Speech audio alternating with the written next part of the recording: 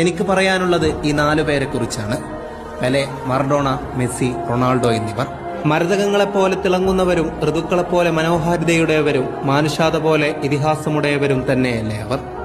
അന്നൊരു കാലത്ത് രാജാവായ പെലെ ഫുട്ബോളിന്റെ പലവിധ ഡിമെൻഷൻസുകളും നമുക്ക് കാട്ടിത്തന്നു. ആദ്യത്തെ വിപ്ലവകാരനും ആ മനുഷ്യൻ തന്നെയാണ്. പിന്നീട് ഈ കായിക ഇനത്തെ മഹത്വവൽക്കരിക്കാൻ അവതാരമായ മറഡോണ വന്നു. കാൽപന്തിന്റെ ഏറ്റവും മുന്തിയ തലക്കെട്ടുകൾ ഈ ജന്മങ്ങളാണെന്നും ഇനി വരുന്നവരും വന്നുപോയവരുമെല്ലാം അതിനടിയിൽ വരുന്ന മനോഹരമായ അധ്യായങ്ങളും ഉപശീർഷകങ്ങളുമാണെന്ന് തോന്നിയിരുന്നു. പക്ഷേ ഇന്ന് ഈ 2000 ആണ്ടിന്റെ 1-ാം അധ്യായം ഇവിടെ തീരുമ്പോൾ ഞാൻ മനസ്സിലാക്കുന്നു അവ 4 തലക്കെട്ടുകളാണെന്ന്. വിപ്ലവകാരനായ പെലെക്കും അവതാരമായ മറഡോണയ്ക്കും ശേഷം അധ്വാനത്തിന്റെ മൂർത്തിഭാവം റൊണാൾഡോയും സർഗാത്മകതയുടെ കേളീസത്വം മെസ്സിയും വന്നു. ഇതോടെ തലക്കെട്ടുകൾ പൂർണ്ണമാവുകയാണ്. ഡിമെൻഷൻസും ഡെഫിനിഷനുകളുമെല്ലാം ഇവിടെ പൂർണ്ണമാവുകയാണ്. വന്നവരും വരാനിരിക്കുന്നവരുമെല്ലാം തന്നെ ഇവർക്ക് പിന്നിലാണ്.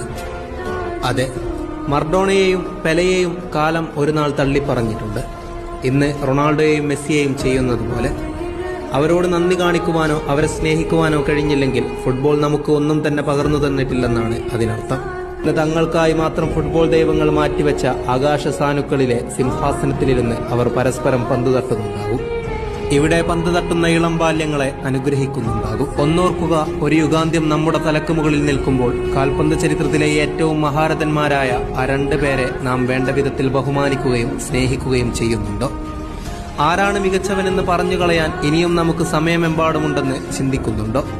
എണ്ണപ്പെട്ട സമയമാണ് ശേഷിക്കുന്നത്. അവരുടെ കളി കണ്ടിരിക്കുക, സ്നേഹിക്കുക. മറഡോണ പെലെയെയും മെസ്സി റൊണാൾഡോയെയും ബഹുമാനിക്കുന്നത് പോലെ ആരും പരസ്പരം ബഹുമാനിച്ചു കാണില്ല. മറഡോണ പെലെയെ വാഴ്ത്തുന്നത് നാം കണ്ടിട്ടില്ലേ?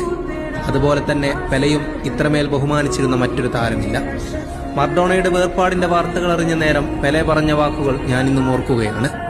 I lost a great friend, the world lost a legend. അന്ന് കണ്ണുനീർ തൂകിക്കൊണ്ട് പെലെ പറഞ്ഞു, one day we will play together in the sky.